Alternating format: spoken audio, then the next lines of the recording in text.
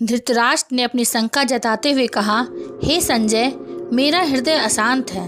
युद्ध भूमि में मैंने अनेकों वीरों को देखा। कोई तड़पता हुआ धरती पर गिरा, कोई मौन होकर शांति से प्राण त्याग गया। मुझे बताओ, यह भेद क्यों है? मरने से पहले मनुष्य का शरीर क्यों पीड़ा सहता है? संजय ने कहा, राजन, यह प्रश्न सरल नहीं है। इसका उत्तर केवल एक दिव्य पुरुष दे सकते हैं। जब कुरुक्षेत्र में पार्थ व्याकुल हुआ था, तब स्वयं श्री कृष्ण ने यह रहस्य प्रकट किया। वही कथा मैं अब आपको सुनाता हूँ। कुरुक्षेत्र का मैदान गूंज उठा था। शंख, नगाड़े, रथों की गड़गड़ाहट और सैनिकों की गर्जना से धरती कांप रही थी। परंतु अर्जुन का मन विचलित था। उसने धनुष नीचे रख दिया और श्री कृष्ण से कहा, माधव, एक बात मेरे हृदय को खा रही है। मनुष्य मृत्यु के समय इतना कष्ट क्यों सहता है? आत्मा तो नित्य, शुद्ध और अविनाशी कही जाती है, फिर यह वेदना किसकी है? श्री कृष्ण ने कहा, पार्थ सुनो, आत्मा कोई शस्त्र नहीं काट सकता, कोई अग्नि जला नहीं सकती, जल उसे भिगो नहीं सकता, वायु उसे सुखा नहीं सकती। आत्मा सदा अजर अमर है। जो जन्म लेता है वह शरीर है, जो मृत्यु को प्राप्त करता है वह शरीर है। आत्मा तो केवल वस्त्र बदलती है, जैसे मनुष्य पुराने वस्त्र त्याग कर नए धारण करता है। श्री कृष्ण आगे बोले, जब मृत्यु समीप आती है तब प्राण धीरे धीरे शरीर से निकलते हैं। जैसे कोई नदी सूखते समय बलपूर्वक जल छोड़ती है, वैसे ही देह प्राण को रोकना चाहती है। यदि जीवन मोह और वासनाओं से भरा हो तो प्राणों का यह खिंचाव अत्यंत वेदनादायक होता है। यही कारण है कि साधारण मनुष्य मृत्यु के समय तड़पता है। अर्जुन, यह भी जान लो कि मनुष्य ने जो कर्म किए हैं वे मृत्यु के समय प्रकट होते हैं।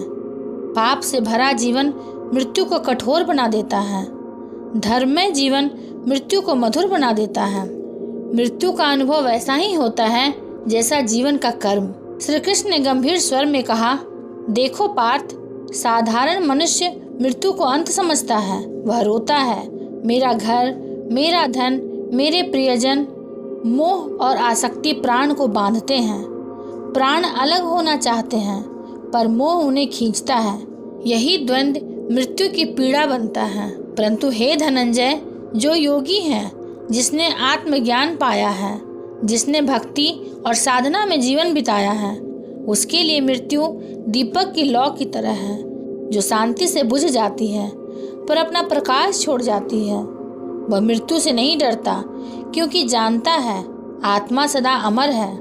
अर्जुन ने कहा, हे केशव, यदि ऐसा है तो मनुष्य मृत्यु के समय किस मार्ग से जाता है और अंतिम क्षण में क्या स्मरण करना चाहिए? श्री कृष्ण बोले, हे अर्जुन, मनुष्य मृत्यु के समय जिस भाव का स्मरण करता है वह उसी की ओर जाता है।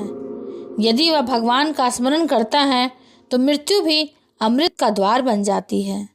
यदि मोह और पाप का स्मरण करता है तो मृत्यु भीषण वेदना में बदल जाती है। अर्जुन की शंका मिटती है। अर्जुन के नेत्रों से अश्रु बह निकले। उसने धनुष उठा लिया और कहा, हे माधव, अब मैं समझ गया। मृत्यु की पीड़ा आत्मा की नहीं, केवल देह और मोह की है।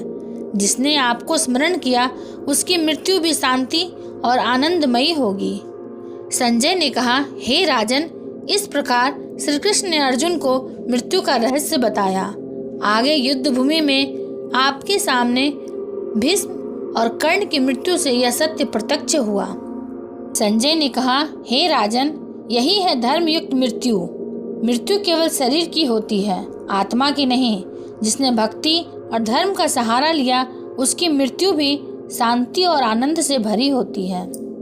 अगर आपको ये वीडियो अच्छा लगा हो तो इसे लाइक, शेयर और सब्सक्राइब अवश्य करें।